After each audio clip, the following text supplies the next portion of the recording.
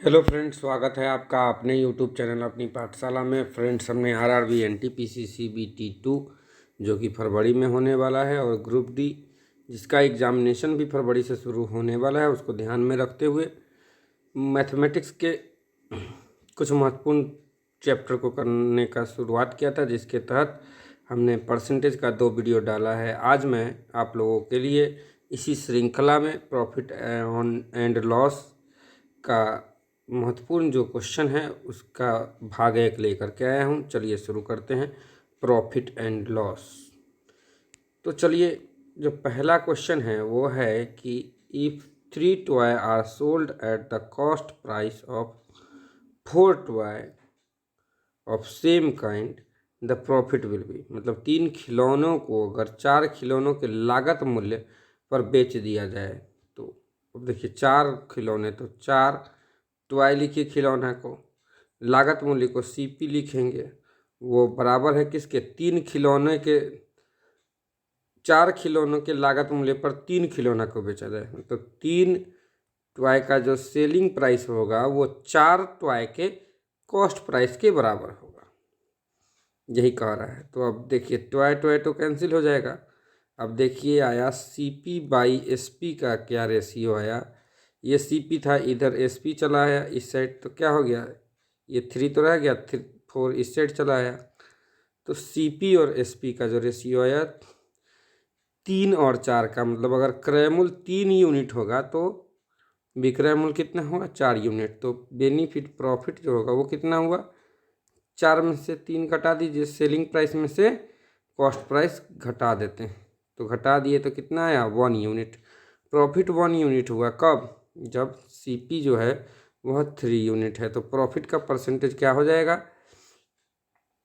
Profit का percentage हम जानते हैं क्या होता है, प्रॉफिट बाई सीपी गुने 100। तो प्रॉफिट 1 यूनिट आया है, सीपी जो है 3 है, 1/3 को अगर 100 से गुना करेंगे तो क्या आएगा परसेंटेज, 33 सही 1/3%। तो यहाँ हम देखिए कुछ किए नहीं हैं, एक बार आपको फिर से बता देते हैं कि हम सबसे पहले देखे हैं कि दिखाया हुआ है कि 4 खिलौनों का जो विक्रय मूल्य है, 4 खिलौनों का जो सेलिंग प्राइस है, वह 4 खिलौनों का सेलिंग प्राइस जो है, सॉरी 4 खिलौने का जो कॉस्ट प्राइस है वो 3 खिलौनों के सेलिंग प्राइस के बराबर है। यही 4 खिलौनों का जो कॉस्ट प्राइस है वो 3 खिलौनों का सेलिंग प्राइस के बराबर है। तो सीपी बाई एसपी का जो रेशियो आया है वो मेरा आया है 3 और 4 का। तो सेलिंग प्राइस में से अगर कॉस्ट प्राइस घटा देंगे तो प्रॉफिट आ गया। प्रॉफिट कितना आया है, 1। और प्रॉफिट का परसेंटेज निकालने के लिए क्या करते हैं, प्रॉफिट बाई सीपी गुने 100। तो प्रॉफिट क्या है 1, सीपी क्या है 3, गुने 100 कीजिए, जो आएगा वो परसेंटेज फिर तो 33 सही 1/3 परसेंटेज हो जाएगा। चलिए इसी तरह अगला क्वेश्चन करते हैं कि किसी वस्तु के लागत मूल्य और विक्रय मूल्य का अनुपात दिया हुआ है। सीपी और एसपी का अनुपात दिया हुआ है 20/21। तो एसपी ज़्यादा है, इसका मतलब प्रॉफिट होगा। और प्रॉफिट कितना होगा, एसपी में से सीपी को घटा दीजिए, एसपी 21 है उसमें से सीपी, मतलब विक्रय मूल्य में से क्रय मूल्य को घटा दिए भाई। तो विक्रय मूल्य 21 यूनिट है, उसमें से क्रय मूल्य 20 यूनिट घटा दे तो प्रॉफिट कितना 1 यूनिट आएगा। और प्रॉफिट का परसेंटेज बराबर क्या होता है, प्रॉफिट बटे लाभ बटे क्रय मूल्य गुने 100, यही ना होता है। तो लाभ कितना है 1, क्रय मूल्य कितना है 20। वैसे भी हम परसेंट में पढ़े हैं कि 1/20 का वैल्यू जो होता है 5% होता है। वैसे आप यहाँ देख ही लीजिए, 20 को 100 से काटिए 5, तो क्या आएगा 1/20 का वैल्यू, मतलब 5%। प्रॉफिट कितना हुआ 5%, तो ऑप्शन ए हो जाएगा। इसमें भी वही था, सीपी और एसपी का रेशियो था। सीपी और एसपी में अगर एसपी मतलब विक्रय मूल्य बड़ा हो तो विक्रय मूल्य में से क्रय मूल्य घटाएंगे, लाभ होगा। अगर विक्रय मूल्य छोटा हो तो क्रय मूल्य में से विक्रय मूल्य घटाएंगे, और जो डिफरेंस आएगा वो क्या हो जाएगा, वो डिफरेंस जो है वो हो जाएगा हानि, और हानि को भी हम क्रय मूल्य पर ही निकालेंगे। चलिए तो अगले प्रश्न की ओर चलते हैं कि एक व्यापारी कपड़े पर 50 रुपया प्रति मीटर मूल्यांकित करता है और छूट देता है कितना 15% और 20%। तो डिस्काउंट आ गया। हम लोग जो प्रॉफिट लॉस पढ़ रहे हैं इसी चैप्टर में हम लोग डिस्काउंट भी पढ़ लेंगे, तो एक साथ दो चैप्टर हो जाएगा। तो डिस्काउंट का जब कभी भी आए तो ऐसा जब भी हो 2 बार बट्टा दिया हो, दोनों को मिला करके एक समतुल्य बट्टा निकालने का फॉर्मूला है कि पहले बार में अगर A% दिया हो, दूसरा में B% दिया हो, तो दोनों को जोड़ देंगे और माइनस कर देंगे A गुने B/100। तो यहाँ 15 और 20 का समतुल्य बट्टा निकालने के लिए 15 और 20 को जोड़ दीजिए और -15 गुने 20/100 कर दीजिए। ये 20 से 100 5 बार में गया, 5 से ये 15 3 बार में। तो 15 और 20 को जोड़े तो 35 में से 3 घटा दीजिए। कितना, अगर एक ही बट्टा रहता है कि 32% का डिस्काउंट दे दिए तो भी चलेगा। तो समतुल्य बट्टा कितना आ गया इसका 32। यहाँ लिख लीजिए कि इस दोनों के बदले 32% आ गया है। अब इसको मिटा देते हैं। अब देखिए जो 32 आया है उसको हम लोग यूज फिर करेंगे। ये फार्मूला जो है वो आपको बहुत काम देगा, आप इसको ज़रूर लिख लें। ये 100 तो कितना डिस्काउंट आया 32%, मतलब जो दाम होगा उसका 32% छूट मिल जाएगा। तो वो सामान कितने में मिलेगा, उस प्राइस का 68% पे। तो दाम रखा है 50 रुपया पर मीटर, तो 50 का 68%, 50 का 68% और परसेंट को हटाने के लिए हम लोग बटे 100 करते हैं। आप जानते हैं 100 से ये 50 से 100 2 बार में 2 से काटिएगा तो 34। तो प्राइस जो है वो क्या हो जाएगा, नया जो प्राइस होगा घटने के बाद वो क्या 34 रुपया प्रति मीटर। तो आंसर क्या हो जाएगा, सी हो जाएगा। चलिए अगले प्रश्न की ओर चलते हैं।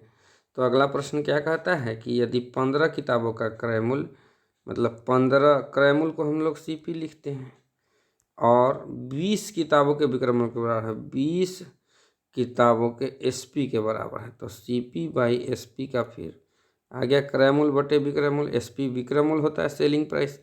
क्रय मूल्य जो है वो कॉस्ट प्राइस होता है। तो क्या आ गया CP, तो 20/15 आ गया। ये 20 तो था ही, ये 15 नीचे चला है। अब इसको अगर करेंगे तो इसको काटिए, ये 4 और 3 बार में, तो CP/SP का जो रेशियो आया वो 4/3 आया। मतलब 3 रुपया अगर विक्रय मूल्य होगा, वहाँ क्रय मूल्य क्या होगा 4 रुपया। तो हानि कितना है, लॉस जो है 1 यूनिट का है। 1 यूनिट जो है लॉस परसेंटेज कैसे निकालते हैं, तो लॉस बटे CP गुने 100, यही ना करेंगे। तो लॉस परसेंटेज बराबर CP क्या है, सॉरी लॉस क्या है, लॉस 1 यूनिट है। CP क्या है, यहाँ पर देखिए CP हमने 4 यूनिट रखा है 1/4। और परसेंटेज वाला चैप्टर में हम पढ़े हैं 1/4 का परसेंटेज वैल्यू जो है वो क्या होता है 25%। तो क्या हो जाएगा, कितना का हानि होगा 25% का, डी ऑप्शन हो जाएगा। चलिए अगले प्रश्न की ओर चलते हैं कि किसी वस्तु का क्रय मूल्य उसके विक्रय मूल्य का 80% है। तो क्रय मूल्य जो है विक्रय मूल्य का, तो क्रय मूल्य को हम लोग CP कॉस्ट प्राइस, विक्रय मूल्य सेलिंग प्राइस का 80%। अभी पढ़े हैं कि 20% को हम लोग जो है 1/4 लिखते हैं, परसेंटेज वाले चैप्टर में पढ़े थे। तो 80% को हम लोग क्या लिखेंगे, सॉरी 20% को हम लोग 1/5 लिखते हैं। कितना लिखते हैं 20% को 1/5, तो 80% को 4/5। तो आ गया कि क्रय मूल्य जो है वो विक्रय मूल्य का 80% है। 80% को अभी लिखे हैं कि कितना 4/5। तो CP/SP का जो रेशियो है वो कितना हो जाएगा 4/5 के। यहाँ तक तो क्रय मूल्य अगर 4 यूनिट होगा तो विक्रय मूल्य 5 यूनिट। तो प्रॉफिट क्या हो गया, प्रॉफिट इस दोनों का डिफरेंस, सेलिंग प्राइस में से कॉस्ट प्राइस घटा देते हैं तो प्रॉफिट पता चलता है, तो 1 आया। तो अब प्रॉफिट का परसेंटेज जो है, प्रॉफिट का परसेंटेज क्या होगा, लाभ प्रतिशत जो होगा वो क्या होगा, लाभ 1 यूनिट जो यहाँ आया है बटे क्रय मूल्य CP क्या है 4 यूनिट, और 1/4 जो है वो क्या 1/4 का फ्रैक्शनल वैल्यू पढ़ रहे हैं कि जब 1/4 पर फ्रैक्शन में हो, मतलब अगर 1/4 का परसेंटेज वैल्यू क्या हो जाएगा 25%। क्या परसेंटेज वाले चैप्टर में पढ़े हैं, 1/5 का अभी पढ़े हैं, 1/5 का 20% और 1/4 का 25%। तो यहाँ पर प्रॉफिट जो होगा, लाभ होगा वो 25%, डी ऑप्शन हो जाएगा। चलिए अगले प्रश्न की ओर चलते हैं कि किसी 18 वस्तुओं का क्रय मूल्य, तो 18 सीपी लिखिए, आर्टिकल है 18, तो 18A लिख इंटू सीपी का जो क्रय मूल्य है, मतलब 18 वस्तुओं का जो क्रय मूल्य है, तो लिख दिया हम 18 कि 18 आर्टिकल का जो सीपी है, एक आर्टिकल का सीपी 1 है मान लीजिए यूनिट, तो 18 यूनिट का 18 सीपी, आर्टिकल को ए से लिखे हैं और सीपी बराबर है वहाँ 16 आर्टिकल के एसपी के, 16 वस्तुओं के विक्रय मूल्य के बराबर है। आर्टिकल आर्टिकल कैंसिल, इसलिए लिखते तो भी नहीं लिखते तो भी कोई बात नहीं। अब सीपी बाई एसपी का रेशियो आ गया 16/18, इसको हम अगर 2 से काट भी दें तो 8/9। तो अब है कि अगर सेलिंग प्राइस विक्रय मूल्य 9 यूनिट है तो कॉस्ट प्राइस क्रय मूल्य कितना है 8, प्रॉफिट कितने का होगा 1 का, एसपी में से सीपी घटाते हैं तो प्रॉफिट 1 यूनिट है, तो प्रॉफिट का परसेंटेज कितना होगा, लाभ प्रतिशत बराबर लाभ बटे क्रय मूल्य, क्रय मूल्य यहाँ कितना यूनिट है 8, और 1/8 को हम परसेंटेज वाले चैप्टर में पढ़े थे, कितना परसेंट होता है 12.5%, तो यहाँ लाभ का जो प्रतिशत होगा वो कितना होगा 12.5%, तो ऑप्शन नंबर हो जाएगा डी। तो आपको अगर ये वीडियो यूजफुल लगा हो, लाभकारी लगा हो, तो जो भी लोग आपके पहचान के तैयारी कर रहे हैं उनको भेजिए और ज़्यादा से ज़्यादा लोगों के साथ शेयर कीजिए, वीडियो को लाइक कीजिए, चैनल को सब्सक्राइब कीजिए, ताकि फिर जब इसी चैप्टर का अगला वीडियो आए या कोई भी वीडियो इस चैनल पे आए तो आपको नोटिफिकेशन मिल जाए। धन्यवाद।